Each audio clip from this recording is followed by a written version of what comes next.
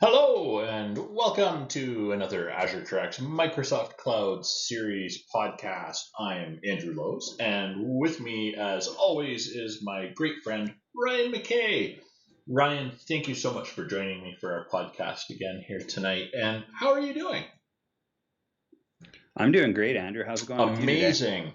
So we've been kind of doing a little bit of work, and we've been kind of poking around at some different things.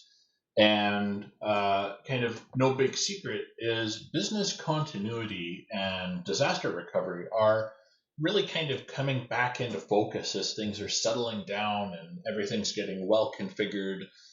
So kind of hand in hand with securing all this stuff that's been kind of rapidly rolled out lately is also making sure that we have good recoverability and continuity for the business. What do you think about that? Or is this kind of the right direction to be heading? Absolutely. As we've transitioned to consuming more cloud services through the pandemic, there becomes a need, quite honestly, to implement, disaster recovery plans into place for those environments. We may have had them for our on-premises infrastructures, but we also need to do this for our cloud infrastructure. Awesome. All right. Well, let's have a little talk about this. We'll be back in a minute here. Let's roll the clip here.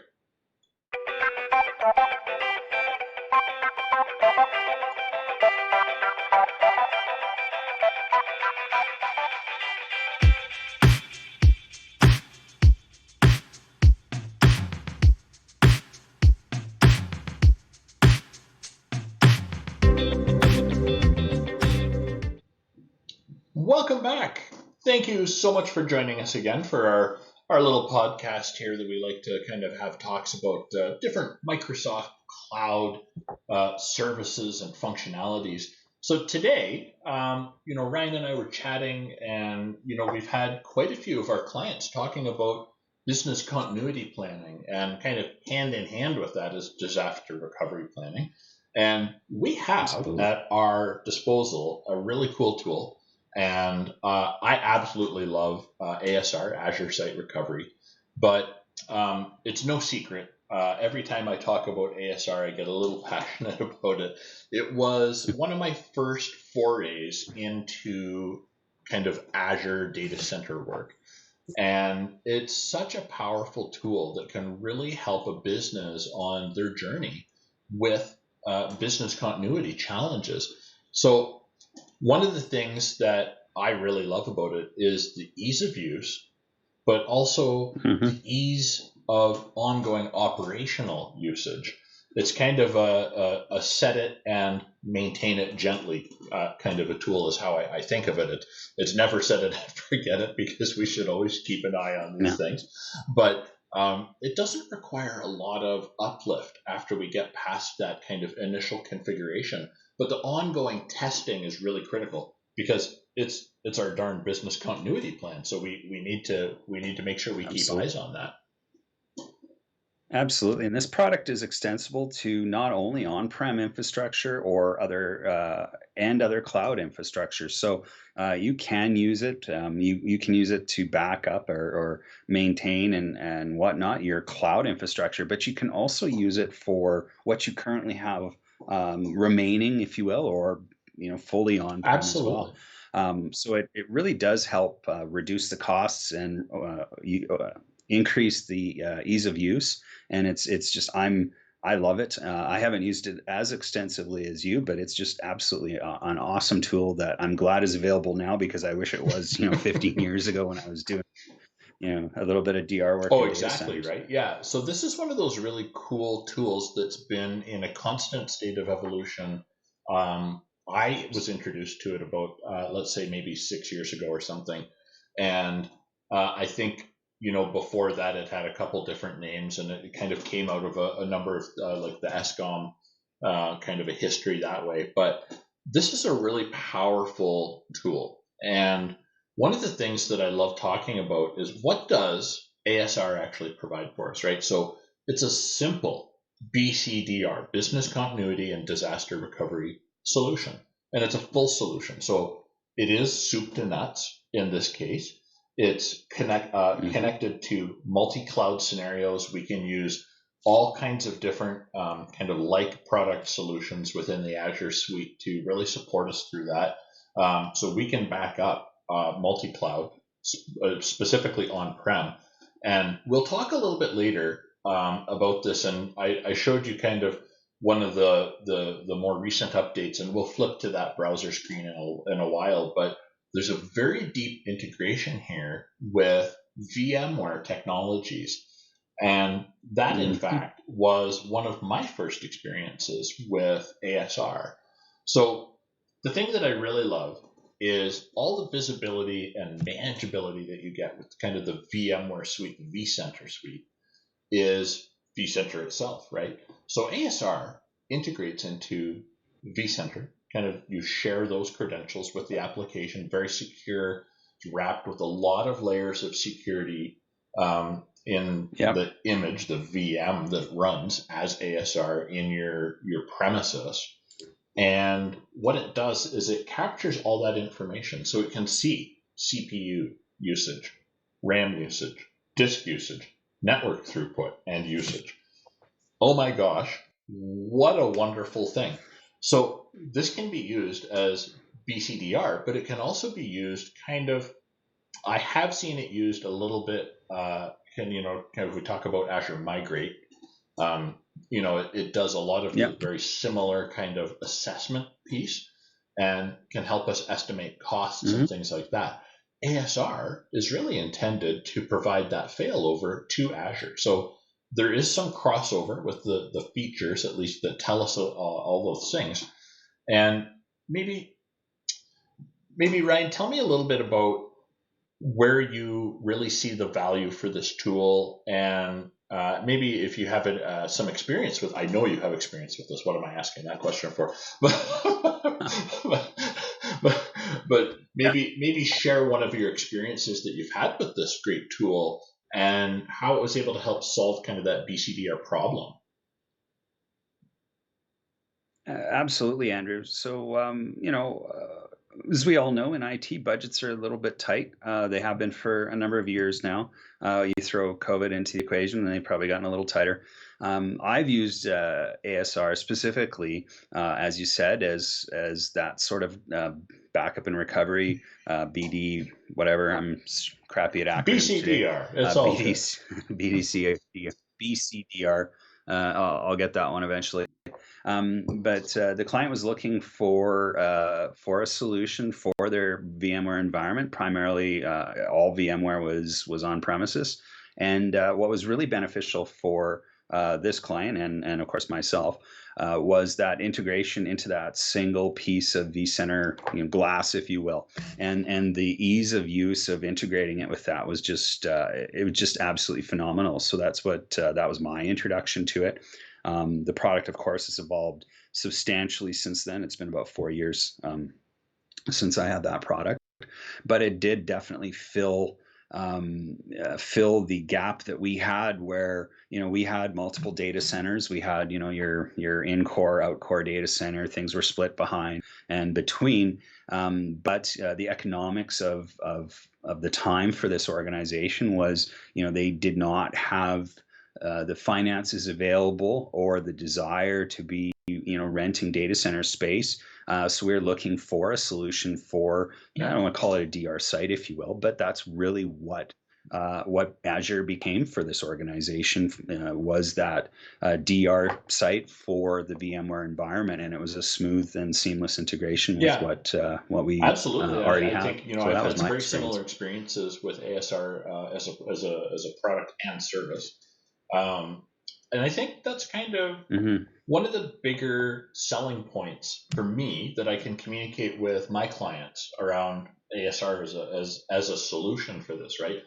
So when I think about that seamless integration, and I think you hit the nail on the head there, was a DR site.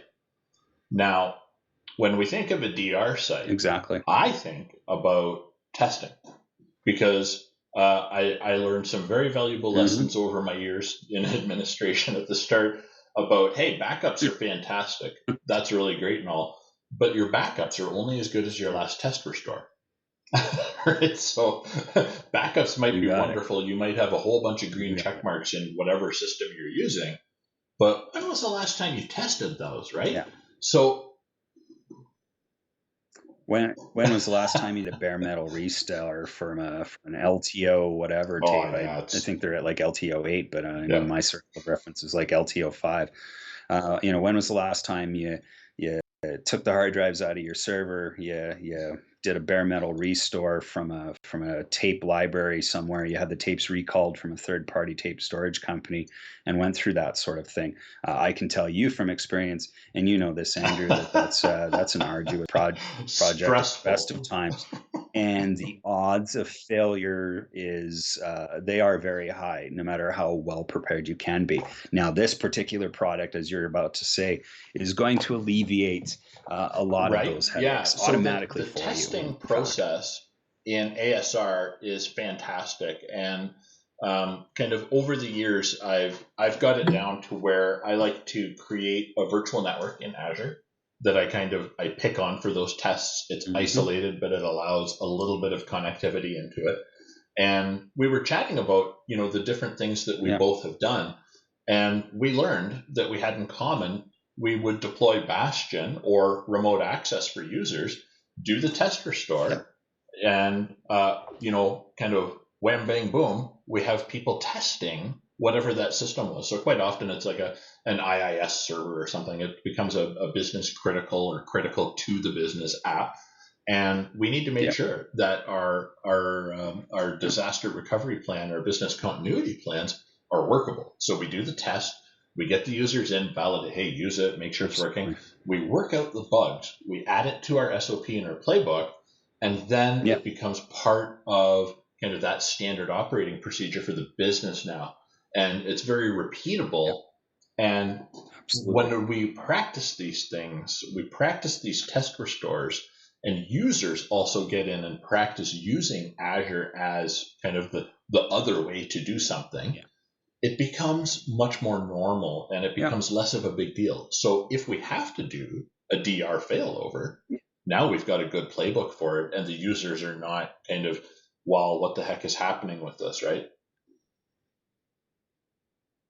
Absolutely, and the involvement that's needed to create, I'm going to call it, just that separate, segregated environment. It's just a matter of quite honestly clicking a bunch of buttons, and you're up and running, and you have this container of your DR of your DR environment that's not affecting anything outside of it, but there's this container, and as you said, through the Bastion host, you can get in there, you can poke and prod it, slice it and dice it, and then more importantly verify that this is going to work. It's a segmented bucket, and you can fill out your playbooks, and you're golden at that point. And that's what this technology gives your organization, is that capability, as opposed to sort of the old way I was saying, which was bare Oh my metal gosh. restores Yeah, I that remember could one I take had to hours, do. if not days. I'm not going to say what year it was because I honestly don't remember. It was that long ago, but maybe decade ish, Yeah, we'll say. And I had to do a restore yeah, of, I think it was a file server because something had happened with the virtualization host and it all went sideways, and I just needed to restore one of the VMs. Oh my gosh. Well, it might as well have been kind of some kind of rocket surgery. It was so complicated. I remember working with an agent based product, yellow and black, relied heavily on LTO3 tapes. And not, I think the phrase I'm looking for here is no bueno. There was no love. I ended up actually just doing folder by folder restore and rebuilding the server. It was faster. So we're kind of yeah, at the opposite end of that scale now, where the technology has really caught yeah. up. So not only is LTO better, not only is kind of those yellow and black solutions, they really do work a lot better these days, but Azure Backup combined with ASR Absolutely. for site recovery is absolutely in for the win, Hey, in my opinion, because it's so fast. The restore, agreed. and we talk about RTO, RPO, so time and the time to restore and the recovery point. So the point in time that we're recovering from, Mm. we can make those really tight now. So the point can be pretty recent, like within an hour sometimes. And the recovery time is actually often Absolutely. really well aligned with that. So we might see outage window of about 1 hour if we do like an Azure backup restore. And an Azure Site Recovery, we can actually have it fail over within a couple of seconds now, using some different automations that support us as well. Absolutely. Right? Absolutely. And if you're an Azure native environment, then this can be set up so that you're replicating to a completely different region. And then that kind of gets Mm-hmm. you into those, that confidence in the unlikely event that an Azure region Well, we can have a ever routing did go issue down. locally that prevents us from getting to Canada Central, for example. So we need to go to US East 2 or something like that, right? Exactly.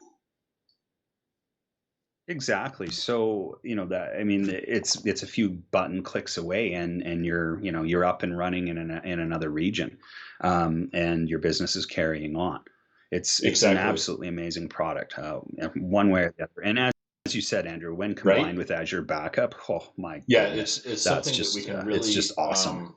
really lean on these kind of Azure native products to help us meet business requirements, and training other administrators Absolutely. to utilize these tools is actually it's just very intuitive to use them.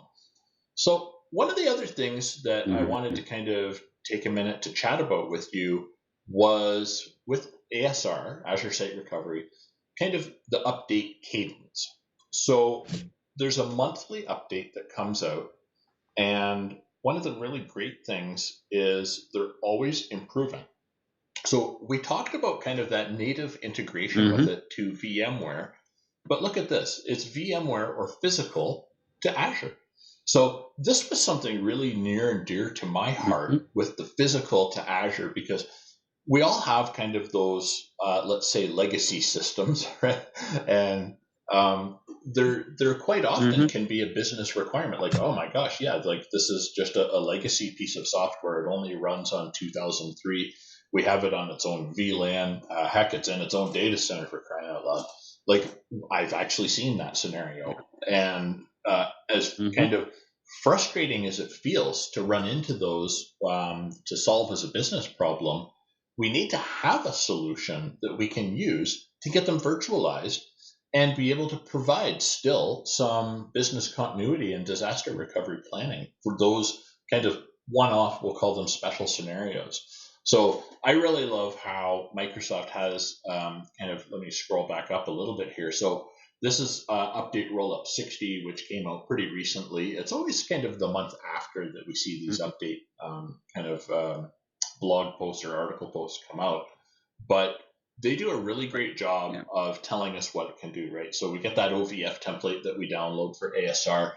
And I am going to say, anytime I talk about ASR updates, we always start on the cloud and work backwards. So when you're doing updates, you start in your Mhm. cloud console and you upgrade to the next version. Then you come back, you do the OVF upgrade. Yep. And then you do agent Mhm. updates and kind of downstream. The reason we do that is for Yeah. compatibility, because if we update the agents first, Yep. then our data collection server doesn't know how to communicate with that new agent necessarily. So it is a Yeah. prescribed path, but there's also a lot of other kind of paths in here, right? So there's Hyper-V to or VMM to VMM. Wow, letters are tough for me on this one. That's okay. This is what happens when we It record at 9 truly o'clock at is, night, right? Yeah, we and shouldn't try to do this after a long day of work, but that's okay. We have to do it sometime. my So, yeah, uh, you all of got it. that to Azure, we'll say, and then VMware to Azure. So, these articles are great because they talk about kind of the prerequisites, the improvements that are in here. But if we look at the Yep. different things that are supported in here, so we have a lot of Red Hat, for example, Red Hat Enterprise, SUS Linux, things like that that are well supported with ASR. So these are improvements that have happened Mhm. over a longer period of time, in my mind at least, but they're fantastic and they come out every month. And it's absolutely amazing to me. The documentation on them as well is really, really Absolutely. And what Microsoft is doing is they're just extending the capabilities, every month, different additions, different things that you can do. And it's really rounding out, and again, and to the point that I made earlier, is it's allowing businesses to not necessarily be in the DR data center business. And I'm sorry to the companies that run data centers, but there is this is a situation where, I coined the phrase "the cloud giveth." This is one where the cloud giveth. The ability to replicate Exactly. Hyper-V. You'd be surprised how much Hyper-V you see in organizations. The ability to replicate VMware. Again, it's just Microsoft extending the capabilities and growing that feature set, and it just makes more sense as these extra features are added to start looking at this as a possibility Yeah, for your and when you organization. were talking about VMware replication, a little while ago I did a project, pretty big scale actually, where there was almost Yep. 5,000 VMs with this organization, and they're using VMware, and they wanted to get out of the data Mm. center business. So they found that over Yep. time, and with such a large organization, that they had to run their own data centers. So it wasn't even a colo situation. They had to run their own requirements, like for their requirements, they had to run their own data Yeah. centers, and they needed to get out of that business. Yeah. So Azure VMware solution is a way that you can take advantage of stuff. We should do a different podcast on that. Maybe that one's coming up next. That might not be bad. Absolutely. I love AVS just as much. Absolutely. Yeah, for sure. And So for I sure. think we've talked this one through pretty great today, but thank you very much, everybody, for joining our podcast and listening and viewing. Give us a thumbs up, give us a share, let your friends and coworkers know about the podcast. We love to share our knowledge and our experiences with Hmm. everybody. And don't forget, on YouTube, subscribe to both our channels for twice the fun. And as always, I offer a 100% money back guarantee. Hey, people pay their hard-earned money for this podcast, and our production budget is relying on that. So we'll do the usual spiel. Andrew, where can That's we right. find you online? Oh gosh, you got me with that one. So you can find me at AzureTracks, and definitely the blog at AzureTracks.com. And Ryan, where can we find your awesome content, my friend? Thank you very much. The blog is www.mscqf.com. I can be found on YouTube, SoundCloud, and LinkedIn, Microsoft Cloud Quick Fix, and on Twitter at sign Awesome. Thanks so MSCQF. much again for Thank you, joining Andrew. me. And thank you to all of our viewers and listeners. You are the reason that we do this. We have so much fun. And thank you for joining us. Have a great, great day. Bye.